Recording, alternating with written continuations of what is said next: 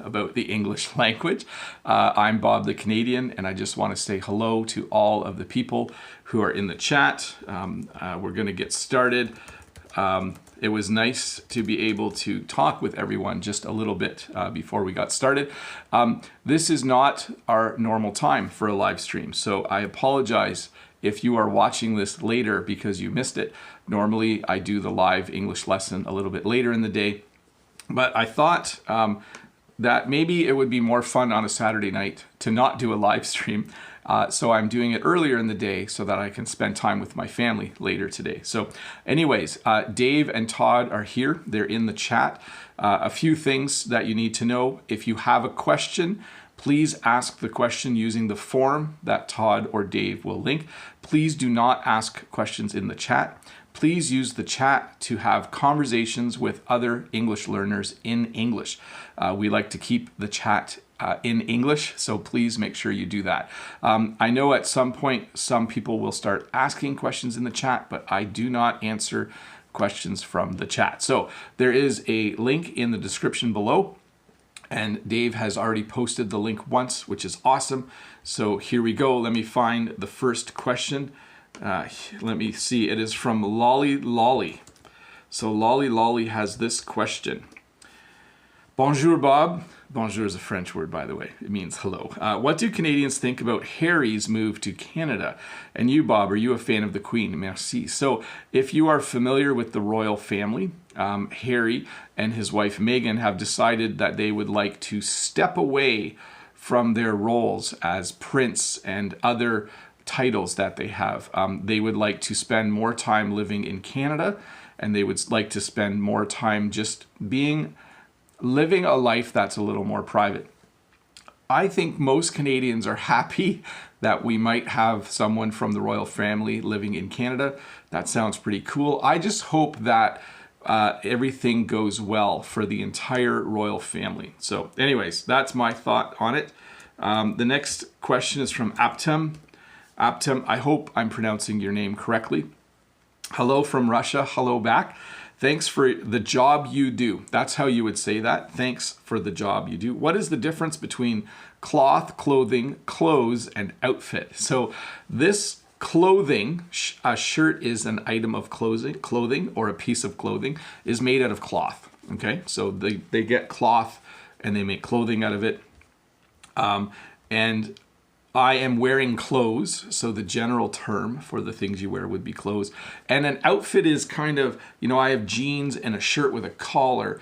This together is something that I would call the outfit that I'm wearing today. So today I'm wearing a rather semi-casual outfit. A collar on a shirt is somewhat formal, but it's short-sleeved, and I'm wearing jeans right now. So my outfit today is somewhat informal.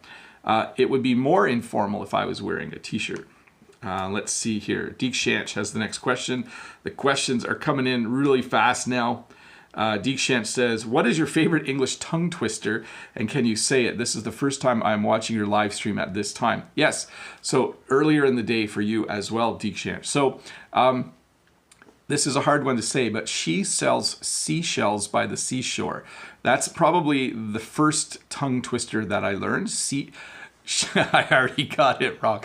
She sells seashells by the seashore. So try that one out. That's a lot of S sounds. She sells seashells by the seashore. That's a tricky one. In Canada, we have another one. How much wood would a woodchuck chuck if a woodchuck could chuck wood?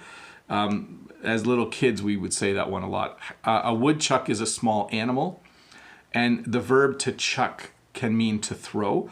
So we have this tongue twister. How much wood would a woodchuck chuck if a woodchuck could chuck wood? Try that one out. That's a little tricky.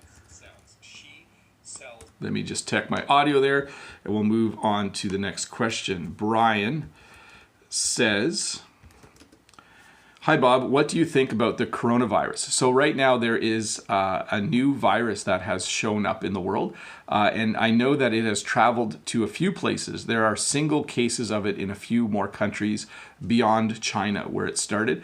And what do I think about it? I hope that all the governments of the world can work together really well to contain the virus and to find a vaccine or a treatment for people who have it. A vaccine for people who don't have it to prevent them from getting it, and hopefully a good treatment to help people who do have it. I think the Chinese government has done a very good job so far of letting the world know where the virus originated, the city where it came from, or the area, and I think they're doing everything they can do to try and contain it. But the reality is we live in a world where many people travel. So I think as a world, as the entire world deals with this, I hope we can communicate really well to just do what we need to do. Let's see, Dimitro has the next question. Dimitro from Ukraine. Hi, Bob. What's the noun opposite to heat? How could I fill the gap? There was no proper cold this winter. Yeah, we would say that, describing the fact that temps haven't really dropped too much below zero. So yes, I would say it hasn't been cold enough.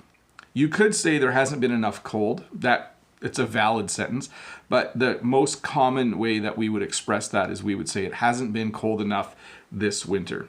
That's a great question, and it's true. It's melting right now outside. It has not been cold enough this winter. So I just want to stop and pause and say thanks to all of you for being here, all 338 of you. Hopefully this time of day works for you. I just wanted to do a live stream earlier just to kind of see what this time of day is like for people. Many viewers have asked for an earlier Saturday live lesson. I might in the future do one early like now and then do a late one on a different weekend, but I will let you know. For now, I'm just happy to see 353 people here. If you're new, don't forget to subscribe, and thumbs ups are thumbs up. A thumbs up is always awesome. You can ask questions using the link that Dave or Todd is sharing over there, and I will get to those questions as quickly as I can. Once again, let's not ask questions in the chat, and let's make sure that the chat remains in English so that everyone can practice. SBS, hi SBS. Hi Bob, in the song of the singer Lobo called Simple Man, it has this phrase, where do robins sleep on the road? Can you tell me what it means? Thank you. So I don't know what it means, but a robin is a small bird. We have a lot of robins in Canada, and I'm not sure why a robin would sleep on the road. That would be dangerous, but SBS, if you ask that question in the description below, at some time tomorrow, I will try to answer it for you. Okay, I'll do some research and we'll see where that goes. Next question from Gian Francesco. Hello, Teacher Bob. This is my first question in a live lesson. Awesome. Can you explain, please, the meaning of the word "owe" with some examples? So if my brother gives me $10 because I need a loan, we would say that I am borrowing money from my brother, but now I owe my brother $10, okay? If I give my son a loan of $1,000 to pay for his tuition, because it's a loan, it means that I want the money back. So my son would owe me $1,000. That's how you would use that in a sentence. Next question is from Aptum again. Again, I hope I'm saying your name correctly. And one more question. What is the difference between content and contents? Or content, yeah. So content and content are two different words. I think you know the answer because you are a computer programmer. So first of all, let's do this. I am content. That means that I am happy. The box has a lot of contents. That means there's a lot of things in the box, okay? So hopefully that helps just a little bit. I want to thank Nina A for a super chat. Thank you so much, Nina A. Have a fantastic day, Teacher Bob. Thank you very much. I appreciate all super chats. They really are cool for me when people show their appreciation. And if you wonder what I do with the money from super chats, I use it to pay for my high-speed internet on the farm. Because I live out in the country, internet is very expensive for me. So in order for me to do live lessons, I need really good internet. So all super chats I use to help pay my internet bill. Aslan says, have you got different climate zones in Canada? Slightly different. So the further north you go, it obviously gets a lot colder. Most Canadians, I can't talk today. Most Canadians live close to our southern border. So if you look at the whole country of Canada, most of the population lives really close to the southern border. But even within that, the west coast of Canada, cities like Vancouver and Victoria, have a much more, it's much milder. The temperatures are much nicer out there. In fact, in the winter, their temperatures are very comfortable. Where I live, the temperatures can be really far below zero.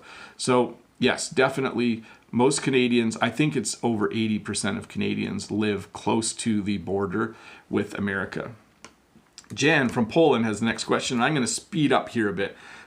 Jan says, from Poland, what does get going mean? So if I had to go somewhere, I could say, okay, I got my wallet, I got my phone, I need to get going. It means that I need to leave right away. So if someone says they need to get going, it means that they need to leave right away. Let's see here. Howlander or how later. What if I can't talk as correctly as the native speakers? So work on your accent so that you sound as clearly,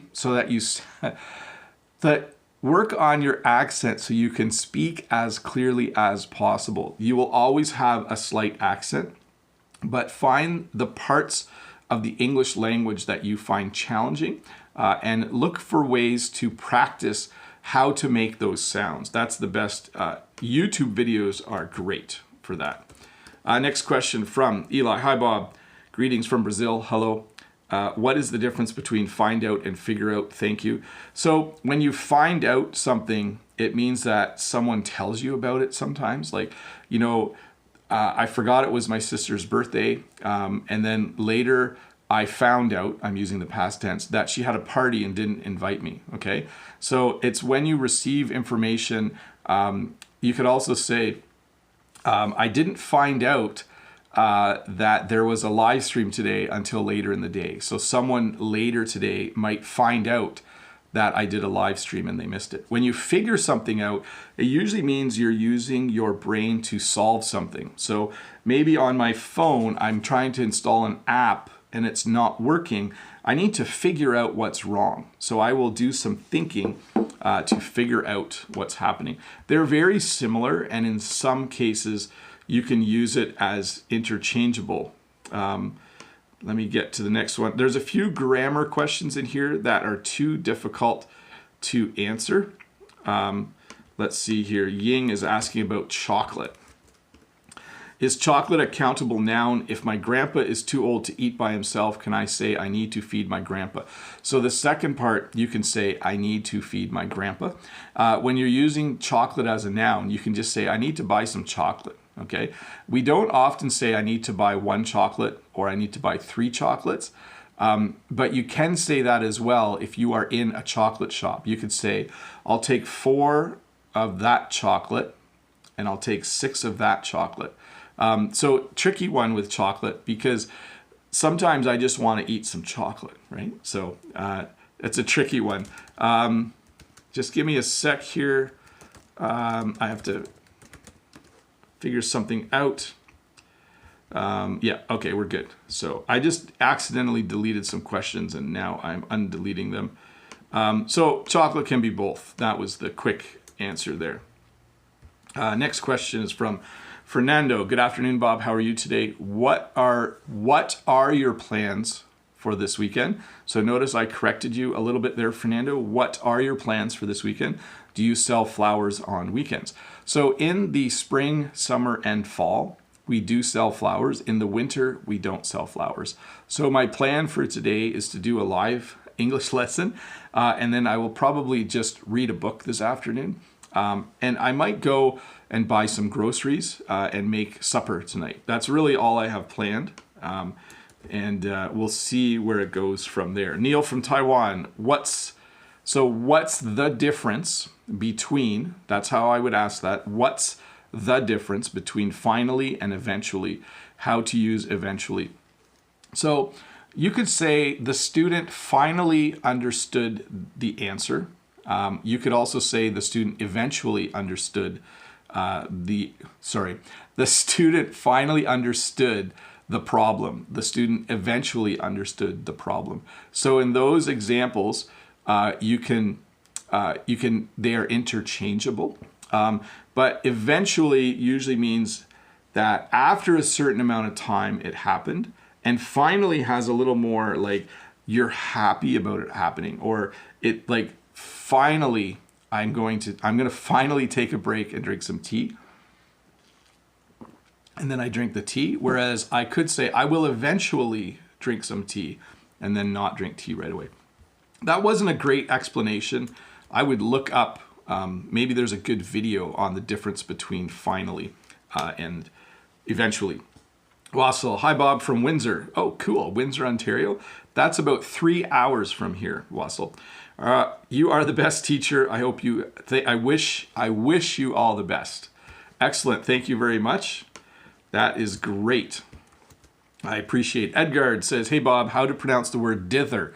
So dither is pronounced dither. That's how you pronounce dither.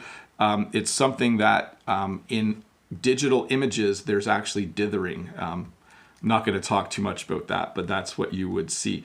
Hey folks, I have a lot of questions here, so I'm going to be a little bit behind. So I'm just going to answer them in order as quickly as I can. And we'll just keep on going. Fatima Akhtar says, hi Bob from Bangladesh. I'm going to move to Canada as an international student. What would be your valuable suggestion for language problem in local area about to understand others? So I think I get the gist of your question there. You're asking what would be my valuable suggestion to help you learn the English language as an international student?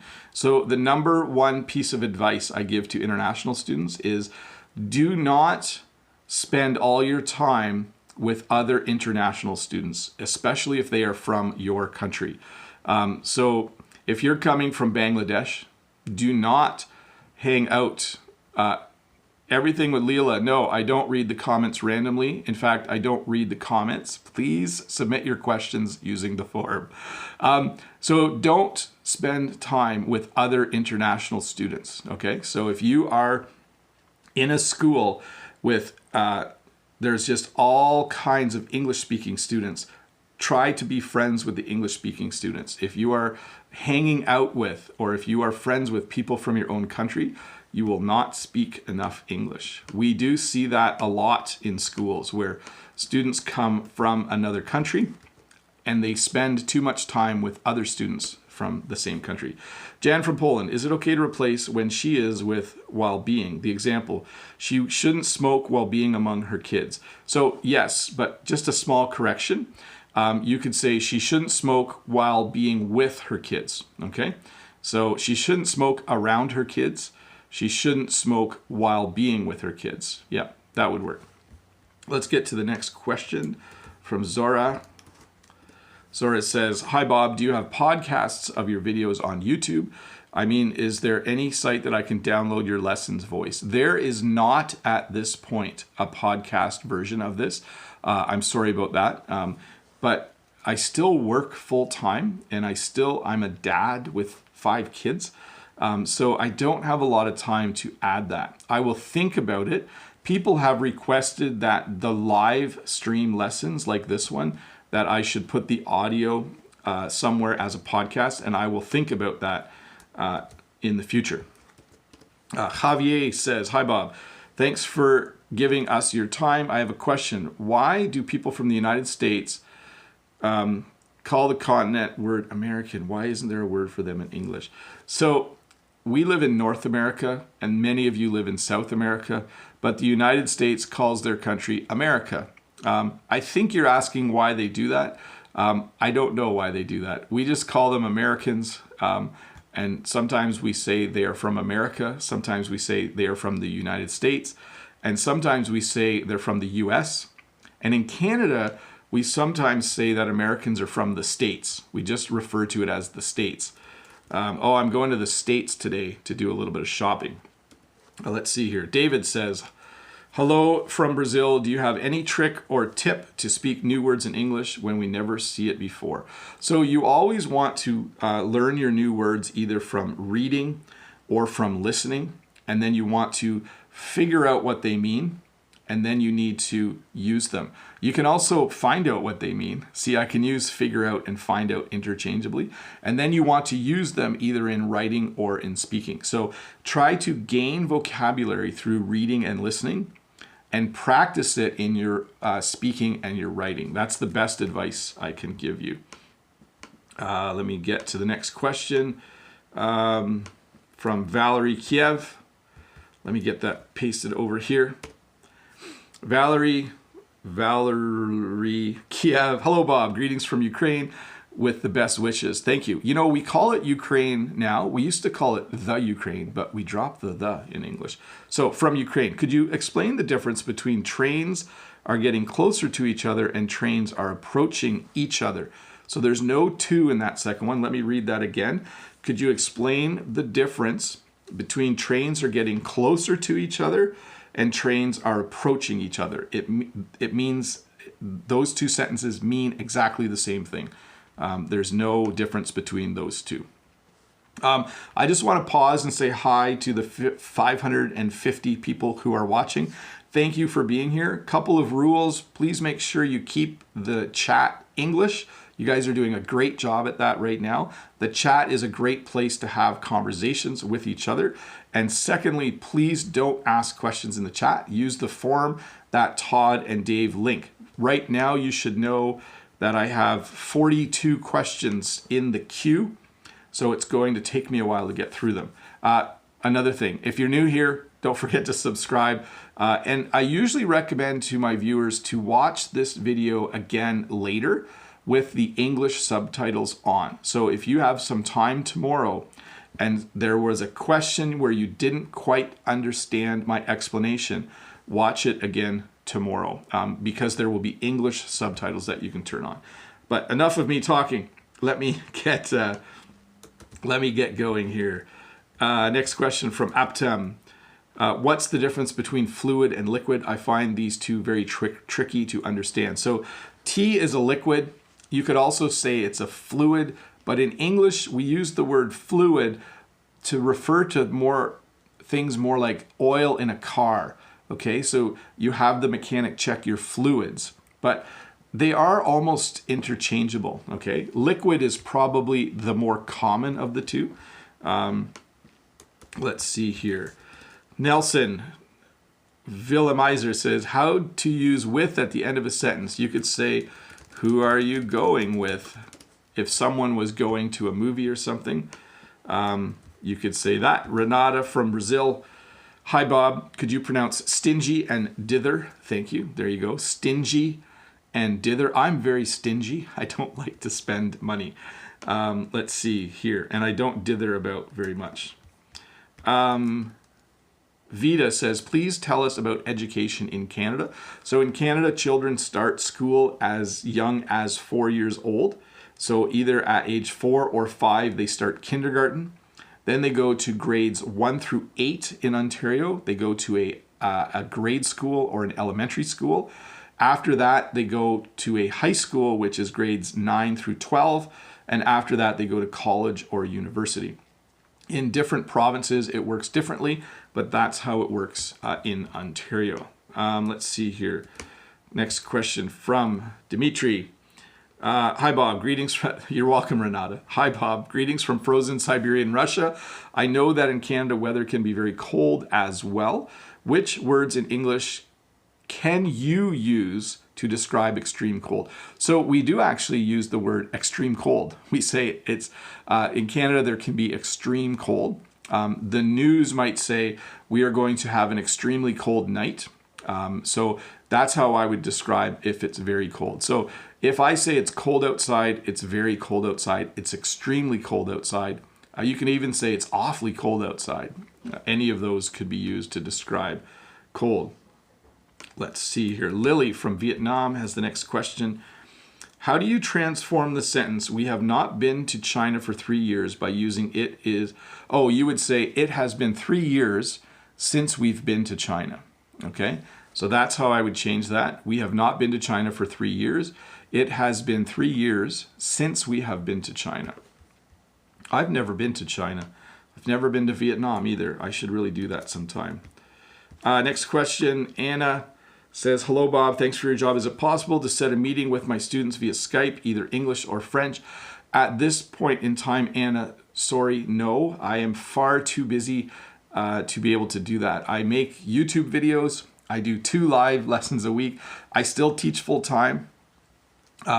So like I have a full-time job, so I don't have a lot of extra time in my day. So I'm sorry about that. Maybe someday in the future, I will be able to do that.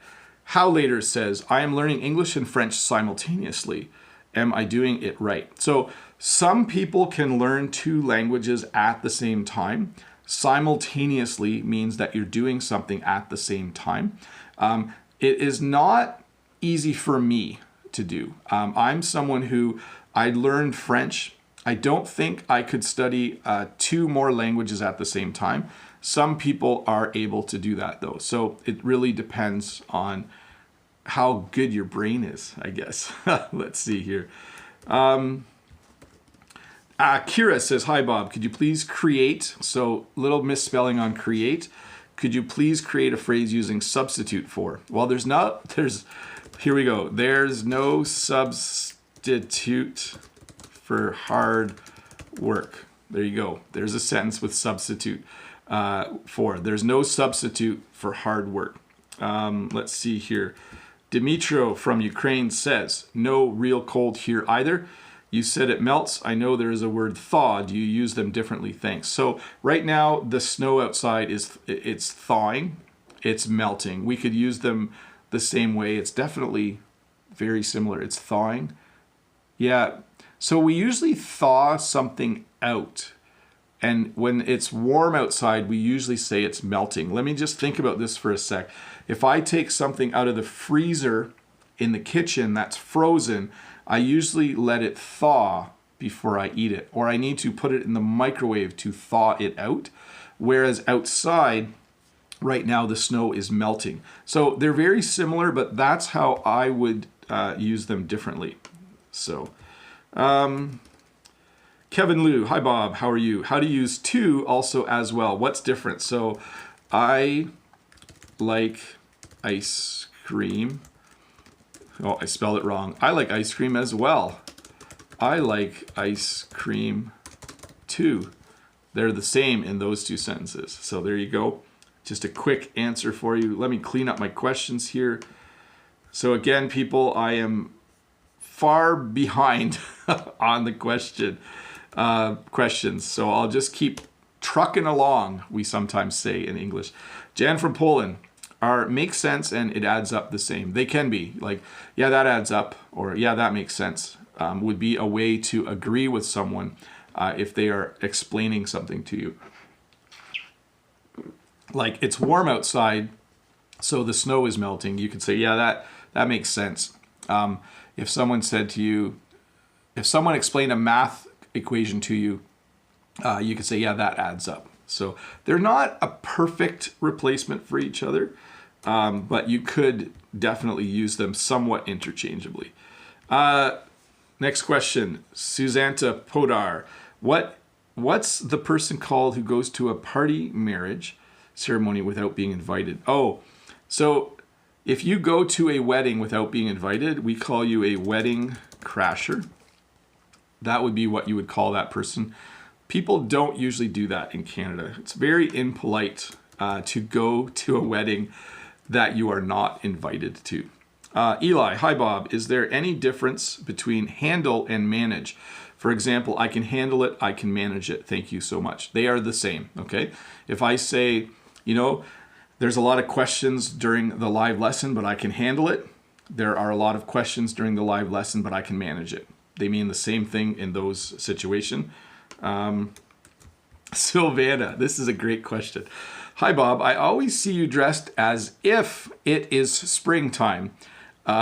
Is the heat too high?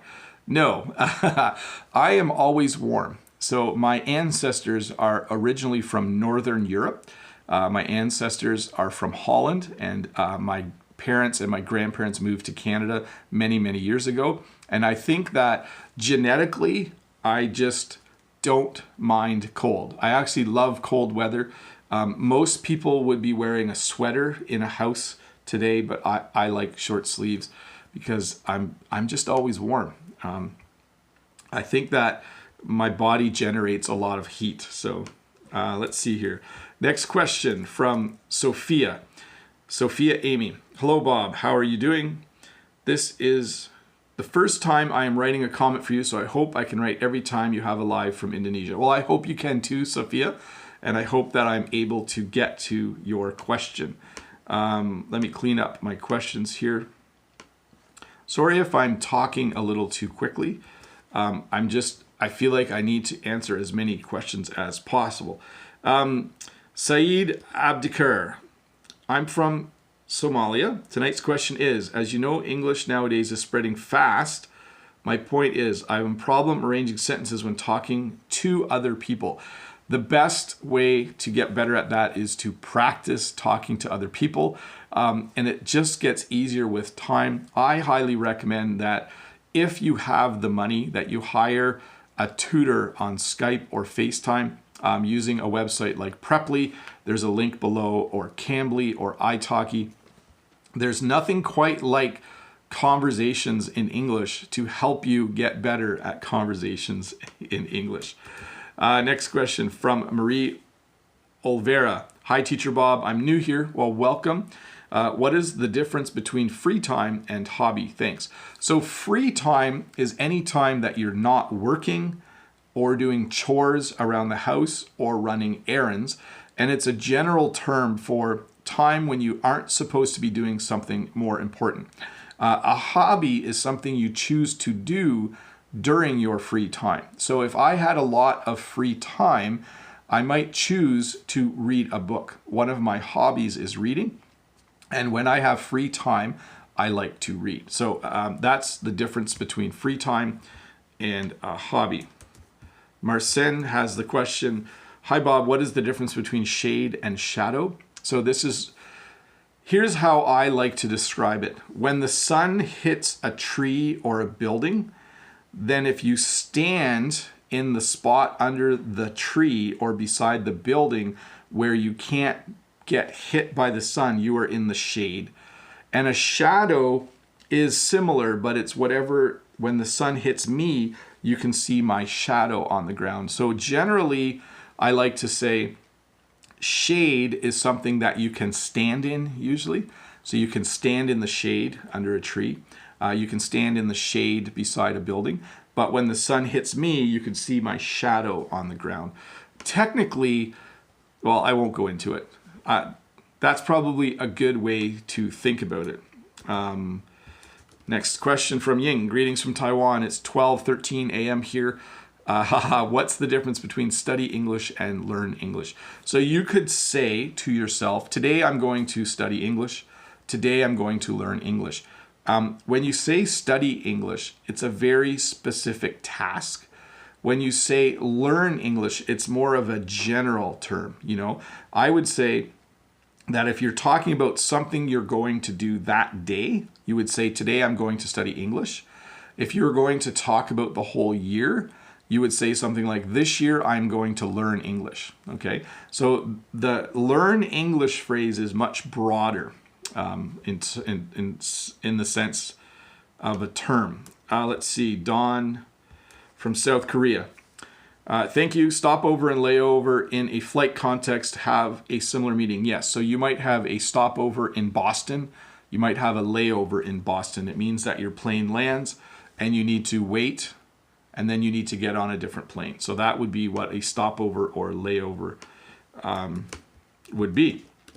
Next question. Let's see here. Douglas says, oh, I noticed this. Your small lessons on TikTok are a great way to learn English. I watch them every single day. Sorry, I do read the chat sometimes. So yes, I do make short little lessons on TikTok. I'm just Bob the Canadian on TikTok if you are interested. Dimitri though says, hi Bob, what does it mean it's a huge pull on you? So if something, that's not a super common phrase, but if something is a pull on you, it means that it's making you think about it or spend time thinking about it. I would more likely say that something is is a draw. Like if I knew there was a concert coming up that I wanted to go to, it would be a huge draw for me. So it would really, it would make me want to do it. So let's see. I hope that helped, Dimitri. I wouldn't necessarily say it's a pull. Let's see here. Chico says, hello, Bob. What is your full name? Robert. That is correct. So my full name is Robert. Bob is a short form of the first name Robert. I think many of you have short forms as well. Geraldina Mora, I was wondering what idioms or phrasal verbs about clothing that Canadians are using every day. Thank you. I can't think of any, but you could say, no, I can't think of any very quickly. You'll have to look a few up, but we do have idioms involving clothes, for sure. I was going to say it, that car costs an arm and a leg, but that doesn't have to do with clothing. So let's see here. Next one. Fatima, hi Bob. How do we use would in English? Well, would is a conditional thing. So if I was thirsty, I would drink some tea. So it's the same as saying I will drink some tea. But you can also ask questions like, would you like to go to the store? And it's a condition then. A person will choose whether they want to or don't want to. Just going to pause and say hello to all the 590 people here. It's a little crazy to think that there's that many people watching. I hope you are enjoying the earlier live English lesson today. I know that works better for many of you in Europe. I'm sure for all of my viewers from Brazil, it's the same time zone almost. And I apologize if you are over across the Pacific, because it's probably 11:30 at night or later for you. I know Deekshansh is watching from India, and I'm not sure what time it would be for him. Maybe he can tell us in the chat. But we're just trying out an earlier live stream today to see how it works. Let's see here. Annie, how important are phrasal verbs in spoken English? So I made some corrections there, Annie. I can speak English well, but don't use many phrasal verbs. Do phrasal verbs make spoken English sound more natural? Yes, absolutely. Phrasal verbs are, I think, what makes a native speaker sound like a native speaker, because we are always using phrasal verbs. There are so many phrasal verbs, and they, I think, are a very important thing to learn. The funny thing, though, is most native English speakers don't even know what a phrasal verb is. We use them so easily, and we use them all the time, so we don't even know what they are. Like when I look up something or when I go out, I don't even know if they are or aren't phrasal verbs. It's just how we talk. Let's see here. Next question. Yes, learn your phrasal verbs. Very much so. Nathan from GR. Hey, Nathan. Good to see you again. Hi, Teacher Bob. What's going on? Differences between stain, patch, and blotch. So a stain or a blotch are both, like if I spilled my coffee, I would have a stain.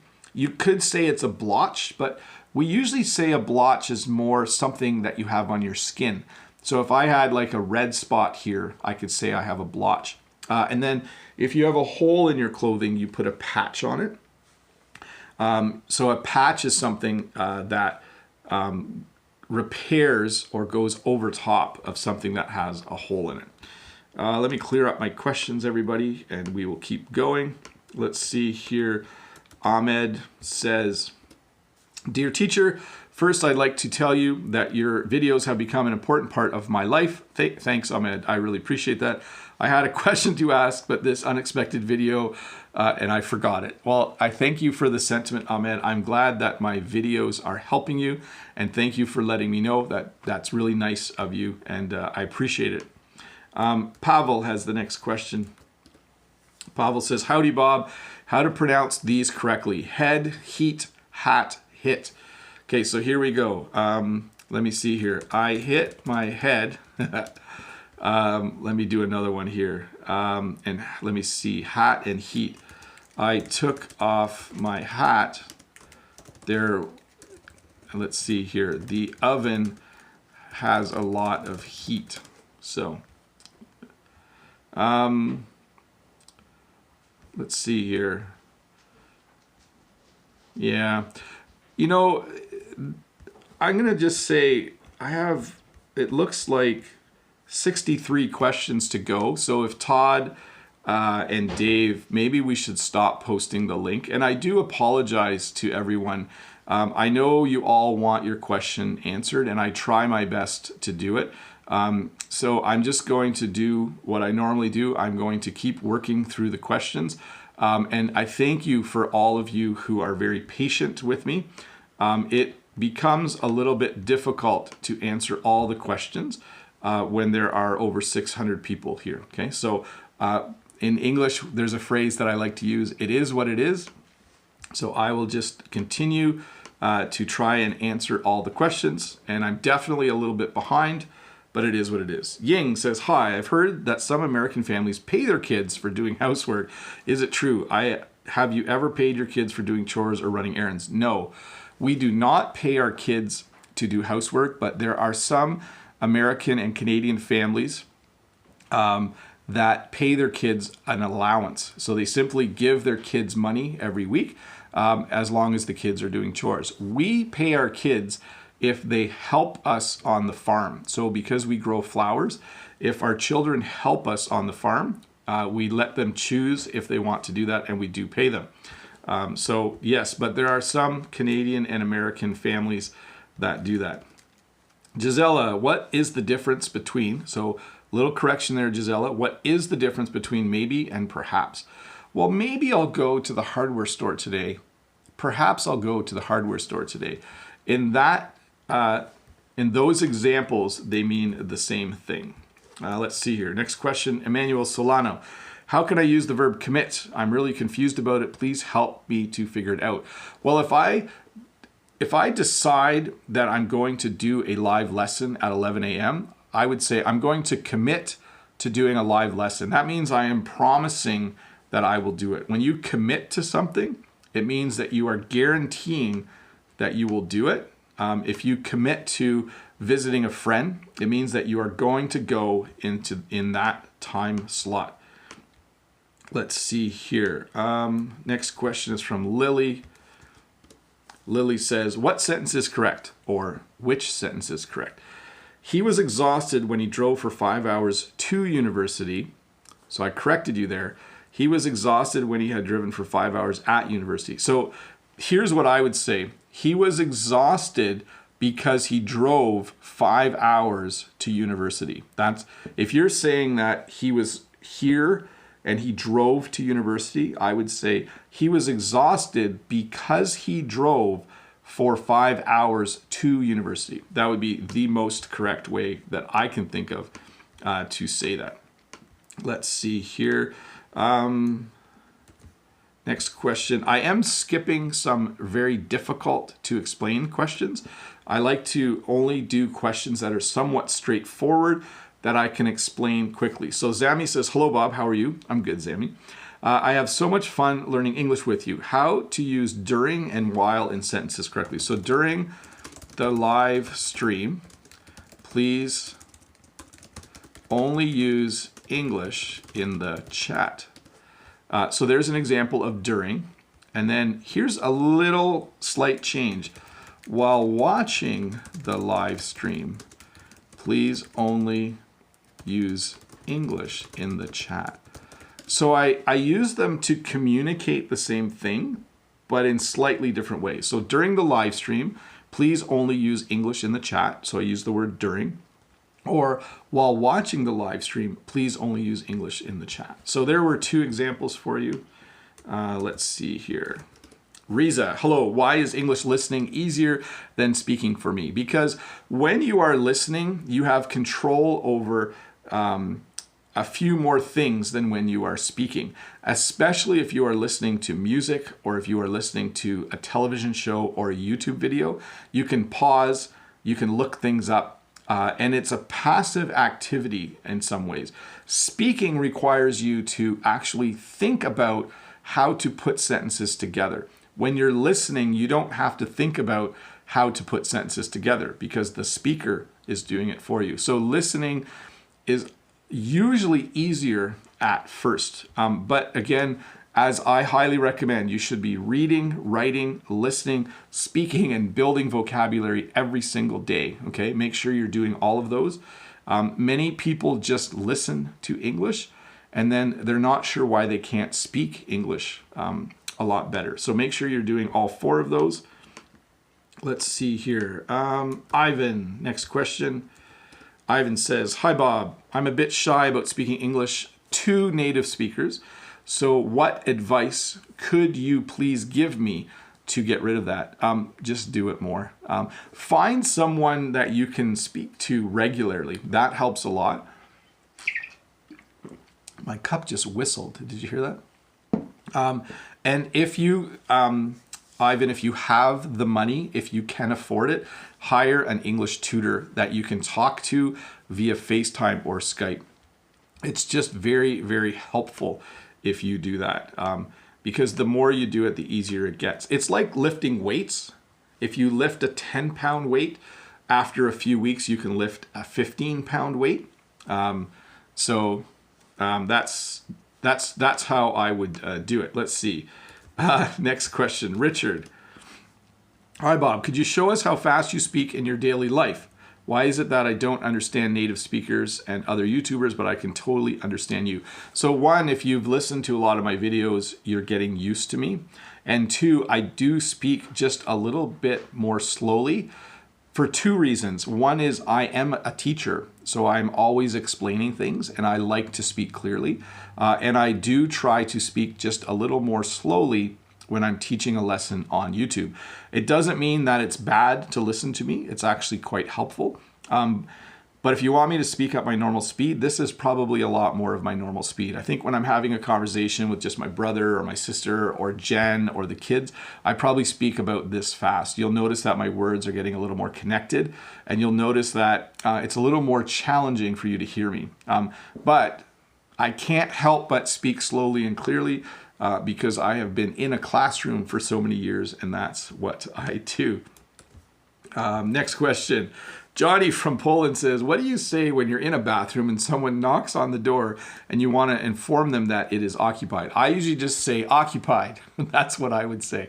I would say occupied, and hopefully people understand that they can't come in. That's what I would yell. I can't think of anything else. You could just say, "I'm in here," or "Someone's in here." That would work as well. But simply saying occupied communicates exactly what you're trying to communicate. Hey, we're going to go for about 10 more minutes here.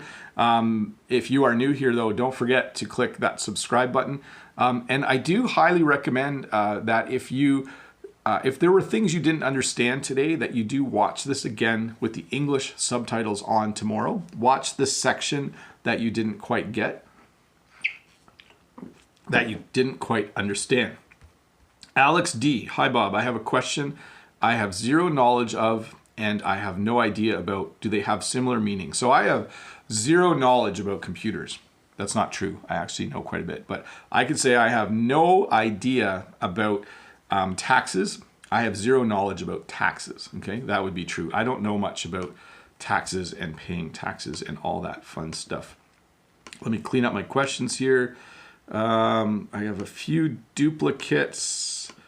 Let's see here.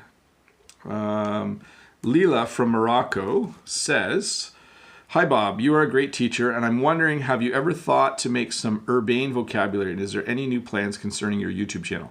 So I'm probably not going to do anything new. I'm probably not going to go into a new direction this year. I'm going to continue working at my job, and my plan would be to continue making 1 video every week that comes out on Tuesdays.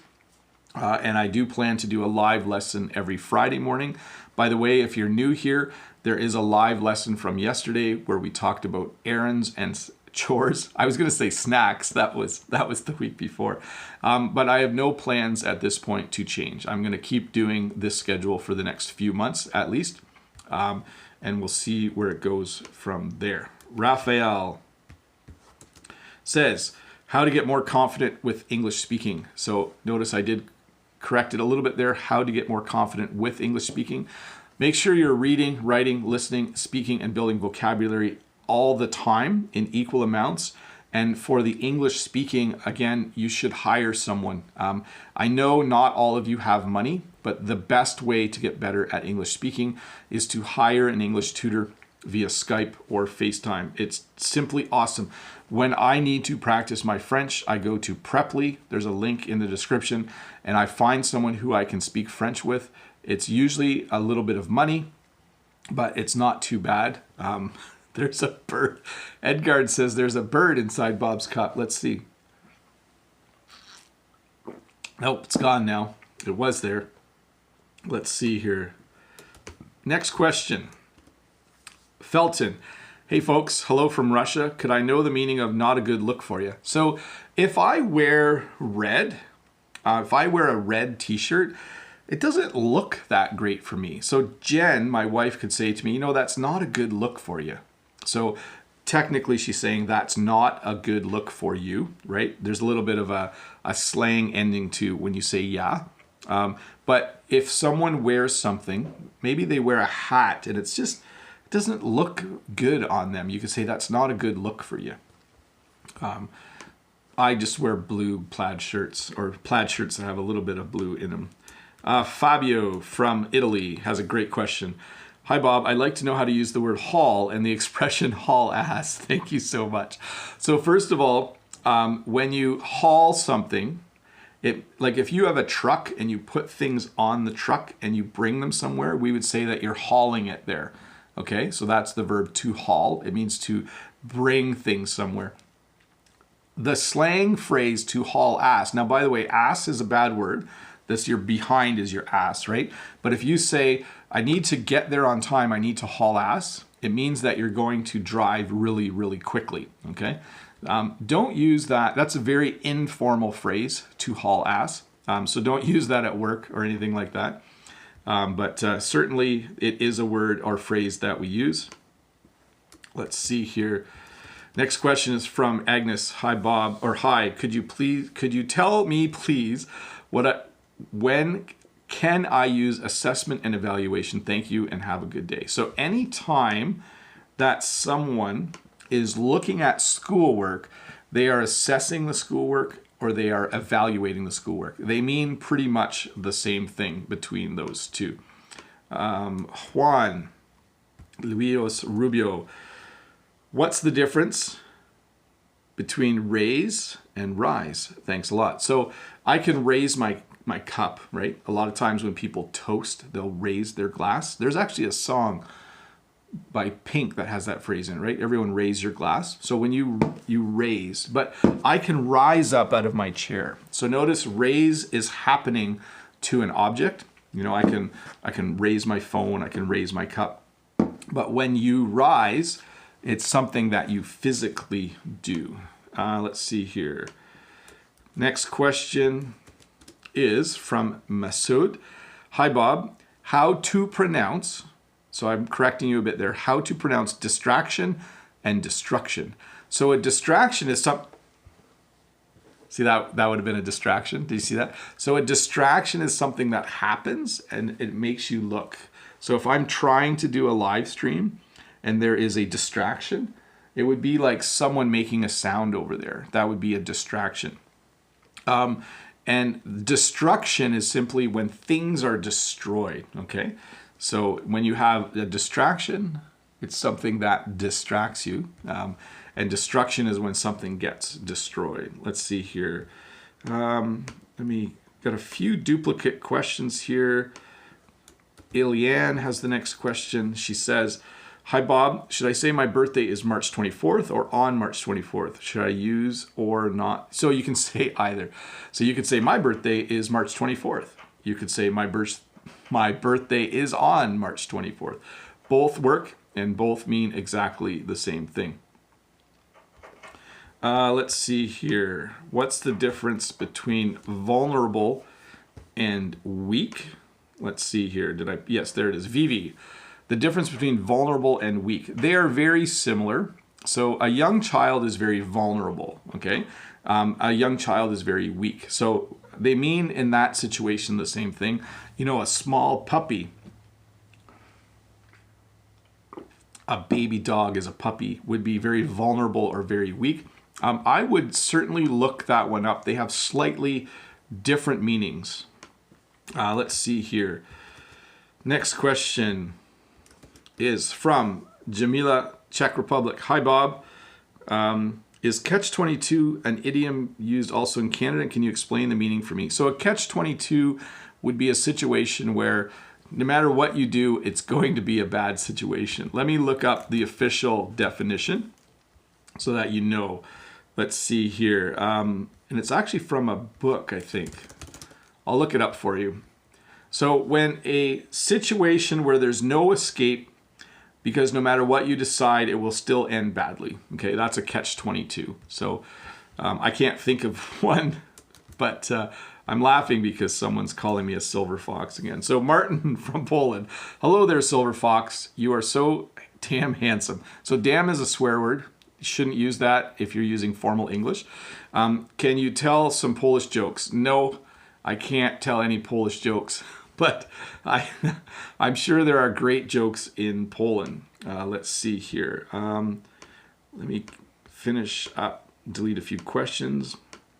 Sergey has the next question. Sergey, hi Bob from Moscow. Could you explain the expression knock yourself out and how can I use it? Thank you in advance.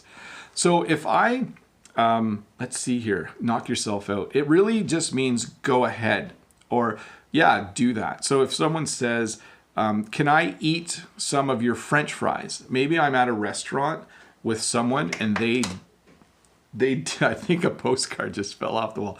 They ordered French fries. Sorry, I ordered French fries and they didn't. They could say, Bob, can I have one of your French fries? I could say, knock yourself out. Basically, I'm saying, sure, go ahead and eat some of my French fries. I don't usually do that though. So folks, just so you know, asking the question more than once, it doesn't really help. It just kind of slows me down a little bit because I have to sort through, let's see.